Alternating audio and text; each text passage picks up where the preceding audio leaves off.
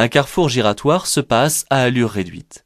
Il ne faut pas oublier que si personne sur l'anneau n'arrive à gauche, il peut se présenter des usagers entrant à droite. Je ne dois pas forcer le passage ni leur faire peur. Je continue de ralentir et sur l'anneau je reprends une accélération de maintien de vitesse plutôt qu'une franche accélération. Le boulevard sur lequel je circule comporte 4 voies dans le même sens de circulation. Il n'y a pas de flèche de sélection au sol. Il est donc possible d'utiliser la voie la plus à gauche pour dépasser le véhicule bleu. Après les contrôles d'usage, je peux dépasser ce véhicule, à la condition toutefois de ne pas aller au-delà des 50 km/h. Lorsqu'il n'y a pas de panneau de limitation de vitesse aux abords des sorties, je commence à ralentir dans la voie, mais pas avant. Dans le cas de figure qui se présente, un bouchon se forme. Par conséquent, et contrairement à la pratique normale, je dois ralentir avant car tous les usagers freinent. On cherche à vous perdre ou seulement à vérifier que vous avez bien compris la règle. L'utilisation de cette voie réservée ne dépend pas de la catégorie de véhicule mais uniquement de la vitesse. Elle est réservée aux véhicules lents, quels qu'ils soient, à partir de l'instant où ils n'atteignent pas la vitesse de 60 km/h. Dans un carrefour giratoire, si je souhaite tourner à gauche ou effectuer un demi-tour, je vais plutôt me placer dans la voie de gauche pour assurer la fluidité. Le panneau, à fond blanc, indique que la direction du centre-ville se situe à gauche. Je vais donc serrer à gauche dans le carrefour. Cela m'oblige à choisir dès maintenant la bonne voie en me plaçant dans celle de gauche. Ce panneau de direction confirme les directions desservies et prévient que je vais rencontrer 3 bifurcations d'autoroute, une par registre. Les distances sont celles qui me séparent des villes. Pour des raisons de sécurité évidentes, je suis obligé d'avertir les autres usagers pour tout changement de trajectoire ou de direction. Cela concerne plus particulièrement les dépassements, les changements de voie et les changements de direction. Attention au rond-point, il faut que je sois vu et compris. Si je ne respecte pas cette règle, je risque une amende de 2e classe, une suspension de mon permis de conduire, ainsi qu'une perte de 3 points sur ce dernier. De gros travaux obligent à neutraliser la voie normale de circulation. Les panneaux m'obligent donc à circuler sur la voie réservée aux véhicules lents. Il est probable que la voie de gauche est ici utilisée par l'autre sens de circulation, du fait de la fermeture de la chaussée en sens inverse. J'aperçois au loin un camion qui vient vers moi. En cas de fumée, il ne faut pas se poser de questions. Un feu s'est déclaré et je n'irai pas plus loin. Des barrières seront descendues et un feu rouge clignotant arrêtera la circulation. Je ne tente pas de faire demi-tour car les fumées peuvent arrêter le moteur. Je range le véhicule à droite, j'allume les feux de détresse, je laisse les clés au volant et je rejoins l'abri de survie le plus proche. J'y serai en sécurité. Avec un peu d'observation, on remarque que les seuls espaces assez larges permettent aux riverains d'entrer dans leur propriété. Ailleurs, les poteaux servent justement à aménager un passage pour les piétons. Il n'est guère possible de stationner dans cette rue. Cette balise sert à positionner les intersections, ce qui est très utile la nuit car on la voit de loin. Elle ne sert qu'à cela. Je dois toujours ralentir à l'approche d'une intersection, d'autant plus si la visibilité n'est pas optimale ou en présence d'usagers. Ces derniers doivent ici céder le passage avant de s'insérer sur mon axe de circulation. Les balises ne font que positionner l'intersection. Je dois observer dans l'environnement si un panneau oblige les usagers à droite à me céder le passage. Il n'y en a pas. Je dois donc céder le passage à droite, même si le revêtement routier gravillonné ne prête pas à vouloir le faire. En agglomération, l'arrêt et le stationnement sont autorisés à gauche de la chaussée seulement si l'on circule à sens unique. Ce panneau m'incite à utiliser ce côté. Mais attention, il ne faut pas alors être dans une rue à double sens de circulation, car le stationnement à contresens est interdit. La plupart des tunnels sont ainsi équipés de feux avant l'entrée puis à l'entrée, afin de dédier un nombre de voies à un sens de circulation. Pour raison de travaux, je n'ai qu'une voie de disponible, l'autre étant réservée au sens inverse de circulation. La flèche verte ouvre ma voie et la croix rouge ferme la voie. Le panneau temporaire au loin indique le double sens de circulation.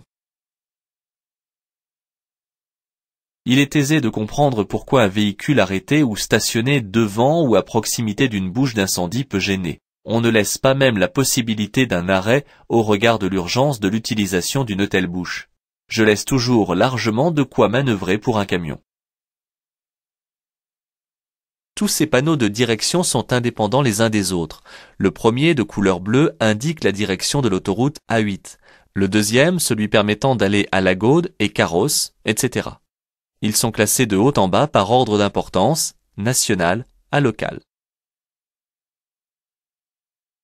Vitesse inadaptée à l'environnement, aux conditions de circulation et excès de vitesse par rapport à la règle. On retrouve ce facteur dans 40% des accidents graves de la route. Raison pour laquelle les moyens de contrôle automatique ont été mis en place. Toutes les surfaces vitrées doivent être exemptes d'étiquettes ou d'autocollants, afin d'assurer au conducteur le plus possible de visibilité autour de lui.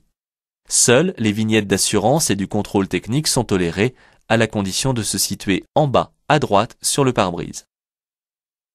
Bien que les freins de parc, appelés freins à main, soient aujourd'hui fiables, personne n'est à l'abri d'une défaillance. Par mesure de sécurité, je passe la première ou la marche arrière et je tourne un peu les roues vers le trottoir.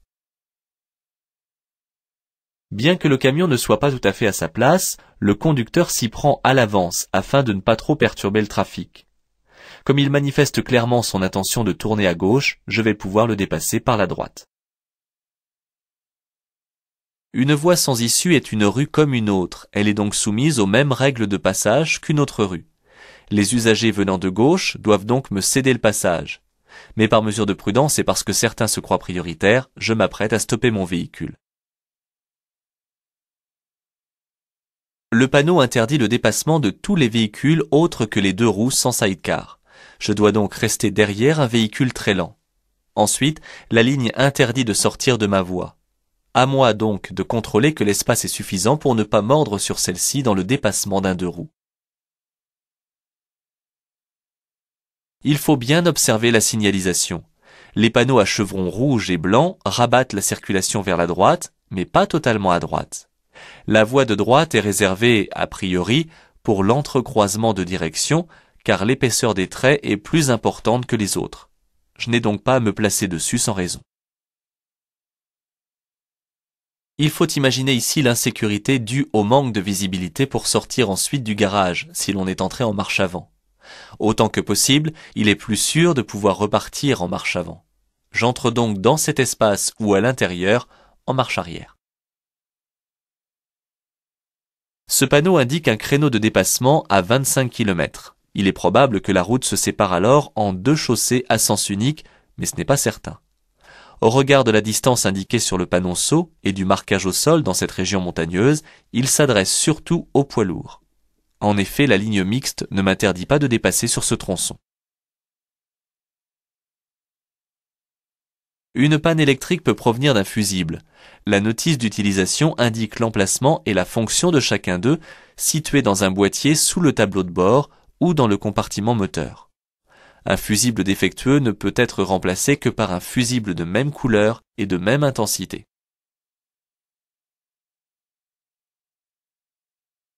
En agglomération, les feux de position ne peuvent être utilisés que si la chaussée est suffisamment éclairée, mais il est toujours préférable d'allumer directement les feux de croisement. Je les utilise également pour stationner en dehors des emplacements délimités lorsque la chaussée n'est pas éclairée. Lorsque des travaux temporaires s'installent, un ou plusieurs camions de service déploient des flèches lumineuses clignotantes afin de dévier la circulation sur une seule voie, ici vers la gauche. Il va de soi que je dois ralentir. La ligne médiane interdit ici de passer de la voie de gauche vers la sortie. En effet, les traits rapprochés aux abords des sorties sont placés ainsi afin d'éviter cette manœuvre dangereuse. Je continue tout droit et je ne sortirai qu'à la prochaine occasion. Lorsque les feux passent au jaune clignotant et qu'ils sont accompagnés d'un panneau d'intersection, je me réfère alors à ce panneau. Ici, le losange indique le caractère prioritaire de la route. Les autres usagers doivent donc céder le passage. Si l'ensemble des poids total à charge, tracteur et caravane, ne dépasse pas les 3,5 tonnes, et si celle-ci ne dépasse pas non plus le poids à vide du véhicule tracteur, le permis B suffit. Au-delà, il faut le permis E-B.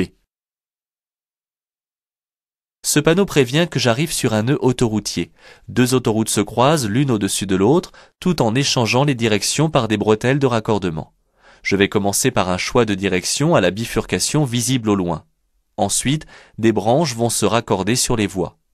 En général, les vitesses sont abaissées afin de permettre un entrecroisement en sécurité et une jonction fluide. Le panneau à gauche gêne le passage du poids lourd. Le conducteur devra faire un écart pour l'éviter. De ce fait, il doit me laisser passer. Je contrôle du regard son comportement pour comprendre ce qu'il va faire. Un peu de patience ne fait pas de mal. J'attends évidemment que ce véhicule encombrant finisse d'entrer sur un emplacement de stationnement. Je partirai toujours du principe qu'il faut laisser terminer un usager qui manœuvre. J'assure ainsi sa sécurité. Je circule sur une route de montagne étroite et sinueuse et j'aborde un virage très serré où je n'ai aucune visibilité sur ce qui peut arriver en face. J'adapte ma vitesse et je klaxonne pour signaler ma présence au véhicule qui risquerait d'arriver en sens inverse. Un appel de feu ne serait utile que la nuit. Une voie réservée qui longe une route ou des voies de circulation possède le même statut que celle-ci. Pour changer de direction, je dois, sur ce rond-point, couper la bande cyclable. De fait, je cède donc le passage aux cyclistes qui y circulent. Ce tunnel se trouve en agglomération et il est bien éclairé. Par conséquent, je peux circuler avec les feux de position seuls ou avec les feux de croisement. Il est cependant toujours préférable d'allumer directement les feux de croisement. La signalisation annonce un passage à niveau dont les barrières s'abaissent automatiquement dès l'arrivée du train. Si le feu rouge clignotant au loin n'est pas actionné, je peux passer sans m'arrêter, mais toutefois en ralentissant afin d'avoir le temps de contrôler qu'aucun train n'arrive effectivement. En ralentissant, je prendrai ainsi également soin des pneumatiques et de la suspension sur le passage des rails. Si je ne suis pas en mesure de présenter le ticket de péage, je dois payer le trajet le plus long, ce qui est logique. La circulation, l'arrêt et le stationnement sont interdits sur les trottoirs, même s'ils sont larges et qu'ils pourraient accueillir, comme ici, des véhicules sans gêner les piétons. Dans cette situation, il faudrait un panneau qui l'autorise, à défaut de marquage au sol difficile à peindre sur du gravier.